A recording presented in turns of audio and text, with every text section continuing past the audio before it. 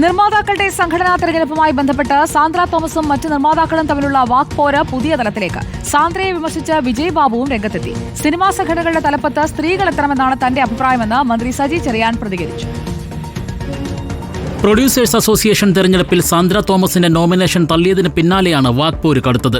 കഴിഞ്ഞ ദിവസം ലിസ്റ്റിനെങ്കിൽ ഇന്ന് വിജയ് ബാബുവാണ് രംഗത്ത് വന്നത്. എക്സിക്യൂട്ടീവ് കമ്മിറ്റിയിലേക്ക് ഫ്രൈഡേ ഫിലിം ഹൌസിന്റെ ബാനർ ഉപയോഗിച്ച് സാന്ദ്രയ്ക്ക് മത്സരിക്കാനാകില്ലെന്ന് വിജയ് ബാബു പറഞ്ഞു. 2016 എല്ലാ അവകാശങ്ങളും കൈപ്പറ്റി രാജിവെച്ച് പോയതാണ് സാന്ദ്രയെന്നും എല്ലാം കോടതി തീരുമാനിക്കട്ടെയെന്നുമായിരുന്നു വിജയ് ബാബുവിന്റെ പോസ്റ്റ്. സ്വന്തം സ്ഥാപനത്തിന്റെ ബാനറിൽ സാന്ദ്ര മത്സരിക്കട്ടെയെന്നും എല്ലാ ആശംസകളും നേരുന്നുവെന്നും വിജയ് ബാബു കുറിച്ചു. ചിലരുടെ കുതന്ത്രങ്ങൾ മറനീക്കി പുറത്തുവരുന്നുവെന്നായിരുന്നു സാന്ദ്രയുടെ പ്രതികരണം. നിയമം പരിശോധിക്കുന്നത് വിജയ് ബാബുവിന്റെ സർട്ടിഫിക്കറ്റ് അല്ല, അസോസിയേഷൻ ബൈലോ ആണ് പ്രധാനം. കാര്യങ്ങൾ കോടതി വിലയിരുത്തുമെന്നും സാന്ദ്ര പറഞ്ഞു.